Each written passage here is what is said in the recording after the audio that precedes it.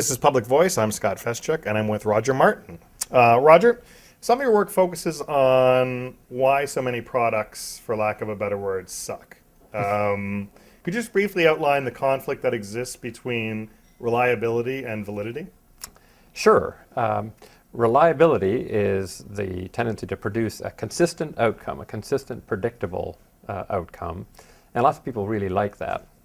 Stock analysts like that. They like you to hit your quarterly earnings target right to the penny, more than they like almost anything else. And that's a desire for reliability.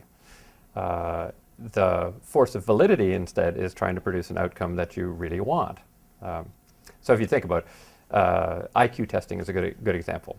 If you take the Stanford-Binet IQ test multiple times in your life, you'll get the same score, virtually the same score. That's a reliable test. The problem they found out is it doesn't actually predict much about how you'll do in life. Right? Other than that, it's really good. And what you want is a test that actually predicts what's going to happen in life. And so Daniel Goldman, the fellow who wrote about emotional intelligence, says IQ testing isn't very valuable. You need to judge somebody's emotional intelligence to figure out if they're going to be successful. Right. That is less reliable. If you test for your emotional intelligence, depending on who's doing the test, you'll get different categorizations. And so there's this trade-off. To get something that's more valid, you typically have to take more things into consideration with fuzzier variables, things that are harder to measure, to get the outcome you want. And if you want reliability, measure narrower things. In the case of the Stanford-Binet IQ test, how you do little logical puzzles, right, where you can measure them really simply and objectively. And so those two things get traded off against one another. Do you want consistency, or do you want the outcome that you really like?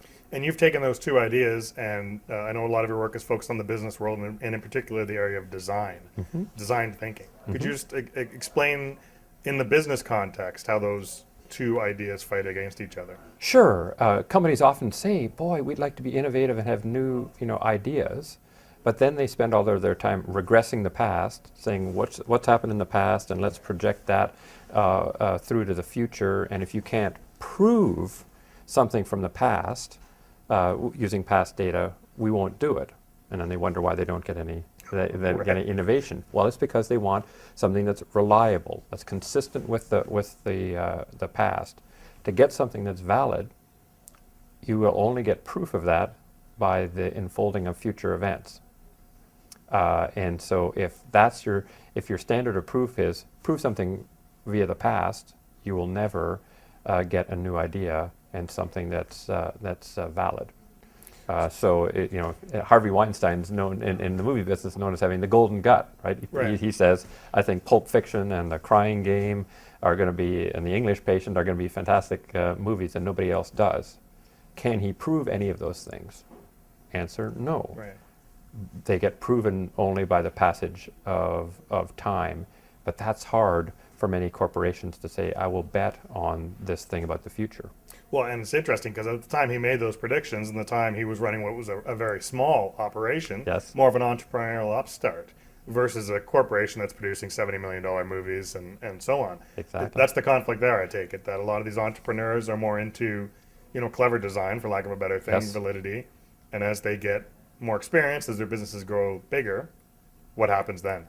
Well, they get a board of directors, public shareholders, stock analysts, all of whom, and a chief financial officers, all of whom are more reliability oriented, and it becomes harder and harder for them to continue to do the thing that helped them succeed all along.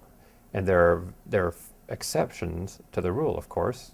Steve Jobs, Apple being a case in point. Who could have said in advance these goofy tangerine-colored Fuqua computers iMacs would succeed? He said, I think they will, and since I'm in charge, we'll try it, and sure enough, it works. Same with iPod, same with iPhone. But that's the minority, and in each of those cases, there was no proof that these things would succeed in advance, and that is the nature of a new idea. So what's the challenge for a CEO then? They obviously don't want to give up on reliability entirely, but is the challenge for them to try to get as close to validity as they can?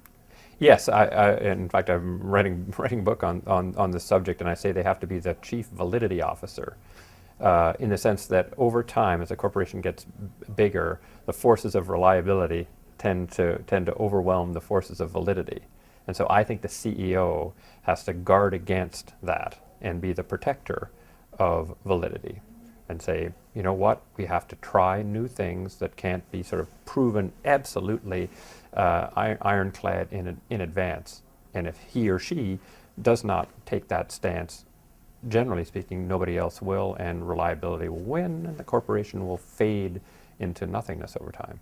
Well, it's interesting. Thinking beyond the corporation itself, are there implications or lessons for the broader economy too? I think so. What I worry about is that we have tried to get ever more scientific, and the scientific method tends to depend on inductive and deductive logic, right? So having understood through the course of time these absolute rules and deducing things using those, or inductively. Now with statistics, to say, I looked at 1,000 samples and 990 of them said X, so I can prove that to be the case, right? That's, I would say, economics, medicine, a lot of fields have gotten more scientific. And there's an interesting turn of the 20th century philosopher, logician, Charles Sanford Peirce, who said that it's interesting that the only two types of logic we accept are inductive and deductive, but you can't actually demonstrate that any new idea in the history of the world came about through inductive or deductive logic. So he said there's a third kind of logic, abductive logic, which is the logic of what might be. He said it comes by way of a creative leap of the mind. And I think in the broader economy, what we have to do is recognize that if we say prove it, and prove it means using inductive or deductive logic, we are ensuring there will be no new ideas that take shape. And that's a pretty big deal. So I worry about the greater move towards scientific, making everything scientific, if you will, because one thing the scientific method doesn't talk about a lot is where did those hypotheses come from in the first place? And I think they come from a logical leap of the mind, a creative act, and we need to make sure we foster that.